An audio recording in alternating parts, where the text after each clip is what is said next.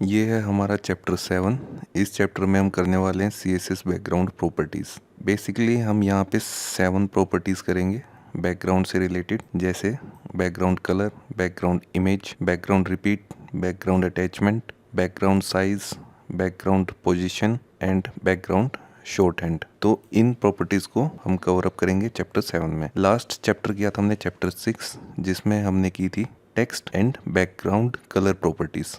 अगर आपको वो वीडियो देखनी है तो आप प्लेलिस्ट में जाके देख सकते हैं। तो चलिए देखते हैं पहली प्रॉपर्टी है background colour. So background colour है वो हमने चैप्टर 6 में कवर अप कर रखा है। आपको वीडियो देखनी है तो प्लेलिस्ट में चैप्टर 6 पे जाके CSS फुल कोर्स पे जाके देख सकते हैं। अब जो सेकंड प्रॉपर्टी है बैकग्राउंड इमेज, उसमें मैंने यहाँ पे दो चीज़ें लिखी हुई हैं, दो प्रॉपर्टीज। हम दो तरीके से बैकग्राउंड इमेज लगाना सीखेंगे CSS के वेब पेज पे। तो पहला तरीका है जो जिसमें कि image and web page same folder में हो।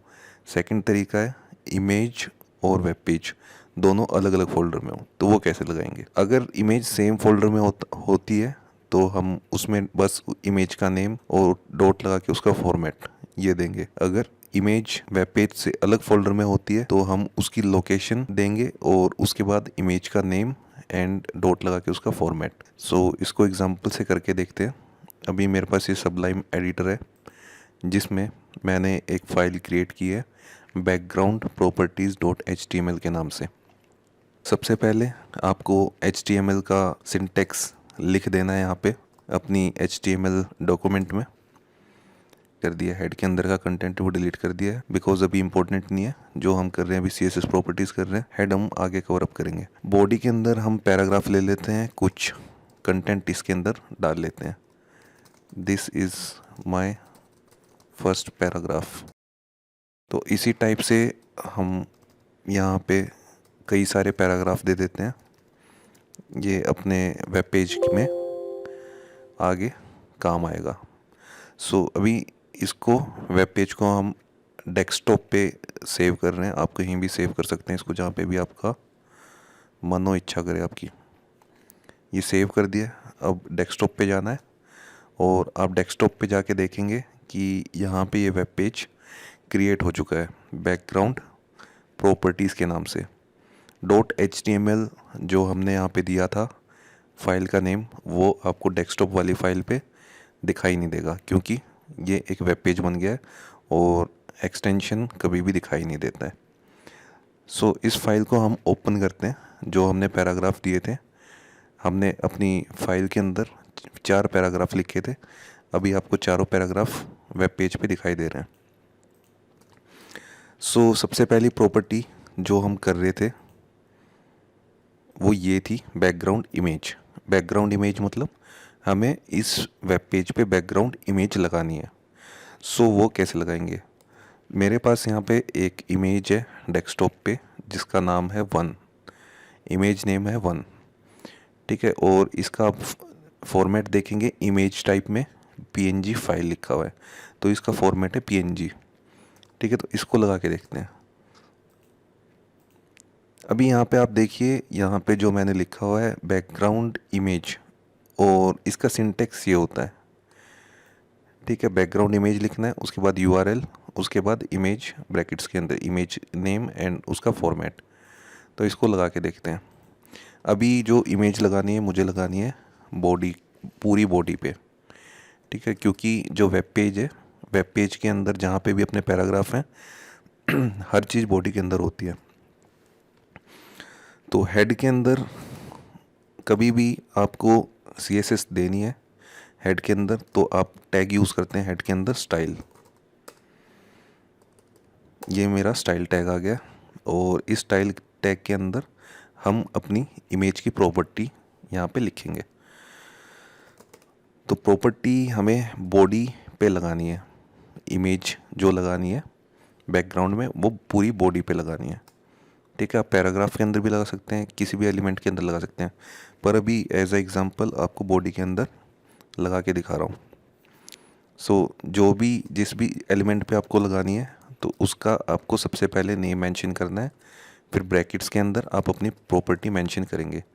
तो हमें बैकग्राउंड इमेज चाहिए, बैकग्राउंड इमेज चाहिए, और उसके बाद इसका जो सिंटेक्स होता है वो होता है यूआरएल दिया, ब्रैकेट्स के अंदर डबल कोट्स में हमें अपना इमेज का नेम देना है। इमेज का नेम है हमारा जो डेस्कटॉप पे इमेज है उसका नेम है 1 और उसका फॉर्मेट है पीएनजी, क्योंकि हर इमेज का फॉर्मेट होता है, पीएनजी भी हो सकता है, जेपीजी भी हो सकता है।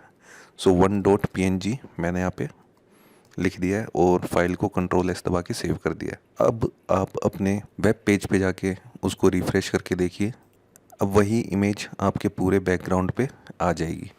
अब अगर आप यहाँ पे देखेंगे तो इमेज आ चुकी है, ठीक है। ये तो हो गया सेम, हमारी फाइल भी यहीं पे डेस्कटॉप पे और इमेज भी यहीं पे है। अब इन केस इस चीज़ में तो ये चीज़ चल जाती है कि अगर image and file web page हमारा सेम फोल्डर में सेव है तो डायरेक्टली हम इस तरीके से डायरेक्टली इमेज का नेम दे सकते हैं। अगर हमारी इमेज डेस्कटॉप की जगह हमें कोई और इमेज लेनी हो, अब मान लेते हैं कि मुझे लेनी है डॉक्यूमेंट में जाके ये वाली इमेज, ठीक है। सो उसके लिए सबसे पहले आपको क्या करना है, सबसे पहले तो आपको जो पुरानी इमेज है उसको वहाँ से उसका नेम रिमूव करें और जो न्यू इमेज है उसकी प्रॉपर्टीज़ में जाके ये लोकेशन, जो इमेज लोकेशन होती है उसका पाथ यहाँ से कॉपी कर लें और कॉपी करने के बाद यहीं पे उसका पूरा पाथ आपको ऐड करना है, ठीक है। ये अभी कॉपी नहीं हुआ है, सो अभी प्रॉपर्टीज़ में जाके इसको यहाँ से सेलेक्ट करके और कॉपी, अब कॉपी हो गया होगा, इसको यहाँ से कॉपी किया, पेस्ट कर दिया। अब इसके बाद हमें देना है इमेज का नेम। ये इमेज का पाथ हमने कॉपी किया है, अब हमें देना है इमेज का नेम। इमेज का नेम भी हम यहाँ से कॉपी कर लेते हैं, ठीक है। इमेज का नेम कॉपी कर लिया और इसके बाद डॉट लगा के इमेज का फॉर्मेट, ये देखिए यहाँ पे फॉर्मेट दिखा रहा है पीएनजी, तो हमें यहाँ पे पीएनजी डालना है। इसको Ctrl+S दबा के सेव किया, सेव करके अब अगर आप अपने वेब पेज पे जाके देखेंगे तो ये इमेज नहीं आएगी, ये देखो गायब होगी। क्यों नहीं आएगी? क्योंकि यहाँ पे जो बैक स्लैश लगे हुए हैं हमें इनको चेंज करना पड़ेगा फॉरवर्ड स्लैश में, सभी स्लैशेस को, तभी ये वर्क करेगा।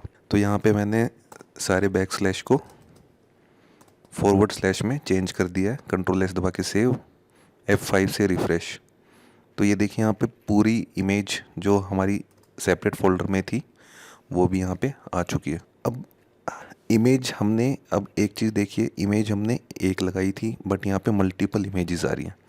ये क्यों आ रही हैं? क्योंकि हमारी जो इमेज थी, आपको दिखाता हूँ, जो हमारी इमेज थी वो ये थी और इसकी हम प्रॉपर्टीज़ में जाके देखते हैं तो इसका जो साइज़ है हम वो देखते हैं। इसका जो साइज़ है, इमेज का साइज़ है वो है 500 बाय 500 पिक्सल्स। इसकी height and width 500 by 500 pixels है और जो हमारा ब्राउज़र है उसकी जो बॉडी होती है वो अराउंड 300 पिक्सल्स की होती है। तो इसका मतलब है कि ये ऑटोमेटिकली उस इमेज को यहाँ पे रिपीट कर रहा है, इस कंटेनर को फिल करने के लिए, बॉडी कंटेनर को, ठीक है। तो अब हम चाहते हैं, अब इसी के लिए, अब ये हमारी प्रॉपर्टी हो चुकी है कंप्लीट, बैकग्राउंड इमेज। अब यहाँ से हम चलते हैं अपनी सेकंड प्रॉपर्टी में। सेकंड प्रॉपर्टी है कि ये जो इमेज रिपीट हो रही है, बार बार आ रही है, हम ये करना चाहते हैं कि ये इमेज रिपीट ना हो, या हॉरिजॉन्टली रिपीट हो या वर्टिकली रिपीट हो। तो अब ये प्रॉपर्टी है, अब इसी प्रॉपर्टी को हम यहाँ पे लगाते हैं, इसको थोड़ा नीचे की साइड हम ले आते हैं टेक्स्ट को, ये ब्रैकेट नीचे ले आया ताकि हम अपनी यहीं पे दूसरी प्रॉपर्टी लिख लें। अब हमारी दूसरी प्रॉपर्टी है बैकग्राउंड। सो सबसे पहले सेकंड प्रॉपर्टी मेंशन करने के लिए आपको यहाँ पे सेमीकोलन से इस प्रॉपर्टी को एंड करना होगा। उसके बाद आप दूसरी प्रॉपर्टी लिखिए, बैकग्राउंड रिपीट, ठीक है। तो बैकग्राउंड रिपीट क्या करेगा, जो इमेजेस आपकी वहाँ पे रिपीट हो रही हैं उनको कंट्रोल करेगा। सो बैकग्राउंड रिपीट में 3 प्रॉपर्टीज़ होती हैं। पहली प्रॉपर्टी है आपकी बैकग्राउंड एक्स मतलब हॉरिजॉन्टल, एक्स एक्सिस पे जो होता है। रिपीट वाई मतलब वर्टिकली, ठीक है, इनको कंट्रोल करेगा। और एक एक होती है नन, जिसमें कि एक्स वाई कोई भी नहीं होगा। तो ये हम करके देखते हैं एक बार। अगर बैकग्राउंड रिपीट में हम डालते हैं रिपीट एक्स, इसका मतलब ये है कि जो एक्स एक्सिस है, हॉरिजॉन्टल एक्सिस है, सिर्फ उस पे हमारी इमेज रिपीट होगी और वर्टिकली जो दिखाई दे रही है वो आपको दिखाई नहीं देगी। सो वेब पेज को रिफ़्रेश करके देखते हैं तो ये देखिए जो एक्स्ट्रा इमेजेस थी वो यहाँ से गायब हो चुकी हैं। अब अगर इसकी जगह एक्स की जगह पाई करते हैं और इसको सेव करते हैं और रिफ़्रेश करते हैं तो ये हॉरिजॉन्टली रिपीट नहीं करेगी, वर्टिकली रिपीट करेगी। तो ये देखिए हॉरिजॉन्टल जो हमारी इमेजेस थी वो गायब हो चुकी हैं, अब वर्टिकली आ चुकी हैं। अब आप चाहते हैं कि ये रिपीट ना हो, एक इमेज है तो एक ही है, तो उसके लिए यहाँ पे एक प्रॉपर्टी है नो रिपीट। नो रिपीट करके आपको चेक करना है। साथ के साथ कोई भी प्रॉपर्टी आप चेंज करते हैं तो कंट्रोल एस दबा के सेव करते रहना है फाइल को, और उसके बाद आपके वेब ब्राउज़र पे जाके F5 दबा के रिफ़्रेश करनी है फाइल, तभी वो चेंजेस रिफ्लेक्ट होंगे। तो ये देखिए बैकग्राउंड रिपीट में मैंने नो रिपीट डाला तो उसमें एक ही इमेज आ गई, बाकी जो इमेजेस रिपीट हो रही थी वो गायब हो चुकी है। तो ये थी हमारी बैकग्राउंड रिपीट की सेकंड प्रॉपर्टी।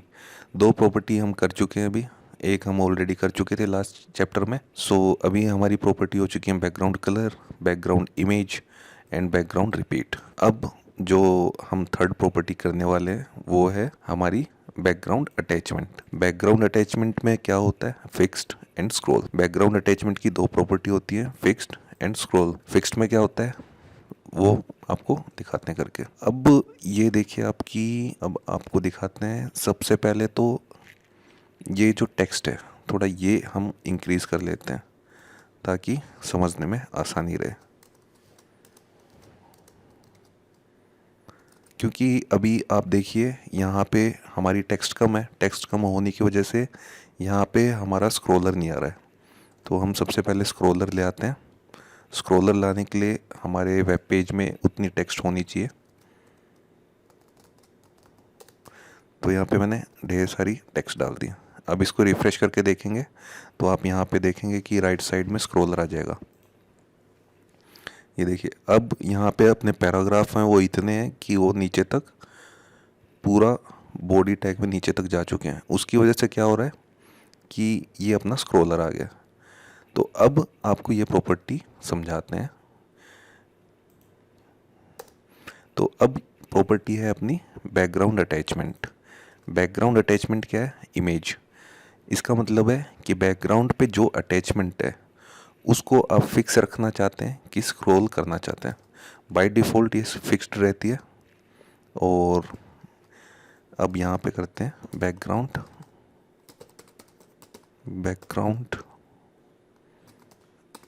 अटैचमेंट में हमने डाल दिया स्क्रॉल।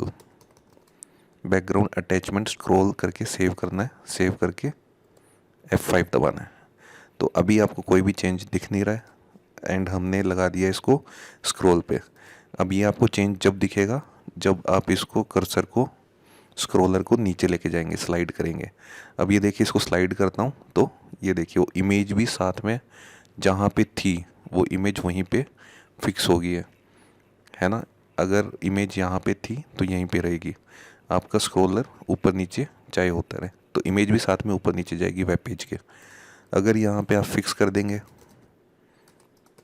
मैंने इमेज फिक्स्ड कर दी है, फिक्स्ड करने के बाद इमेज यहाँ पे फिक्स हो गई है। चाहे आपका जो वेब पेज हो कितना ऊपर नीचे जाए पर इमेज यहीं पे रहेगी। ये देखिए, ठीक है। तो ये प्रॉपर्टी है आपकी background fixed and background scroll, ये दो प्रॉपर्टी हैं। अब जो नेक्स्ट प्रॉपर्टी है हमारी वो है बैकग्राउंड पोजीशन। इस वेब पेज पे 4 कॉर्नर्स हैं, ठीक है। एक होगा लेफ़्ट, एक होगा राइट, एक होगा टॉप, एक होगा बॉटम, ठीक है। ये एक्सिस होगी लेफ़्ट राइट टॉप बॉटम। तो अब इस इमेज को हमें राइट साइड में लेके आना है, इस इमेज को राइट साइड में लेके आना है। तो उसके लिए हम क्या करेंगे, उसके लिए ये प्रॉपर्टी है हमारी जिसका हम यूज़ करेंगे, बैकग्राउंड पोजीशन। सो इस इमेज को हम अगर बैकग्राउंड में पोजीशन देना चाहते हैं, ये देखिए मैंने राइट पोजीशन दे दी है। अगर रिफ़्रेश करते हैं तो ये इमेज हमारी जा चुकी है राइट में। अगर अभी इसको हम बॉटम कर देते हैं, बॉटम, ये देखिए बॉटम पे आ गया, ये बॉटम है, इसका बॉटम पे आ गया। इसको देते हैं हम राइट बॉटम, ये देखिए अब राइट बॉटम पे आ गया। यहीं पे इनको चेंज करके आप प्रॉपर्टी बना सकते हैं। ये लेफ़्ट बॉटम पे आ गया। अगर आप इसको सेंटर कर दें तो ये इमेज आपकी सेंटर पे आ जाएगी। ठीक है, तो ये थी पोजीशन जो कि फिक्स्ड के साथ काम करेगी। अगर हम इसको स्क्रॉल कर दें बैकग्राउंड अटैचमेंट को, तो ये देखिए ये परफेक्टली वर्क करेगी। ये फिर करेगी क्या कि जो आपका पूरा पेज है उसके सेंटर में आ जाएगी। अब यहाँ पे अगर टॉप कर दें तो ये आ जाएगी टॉप में, ये देखिए टॉप में आ गई। अब अगर बॉटम करें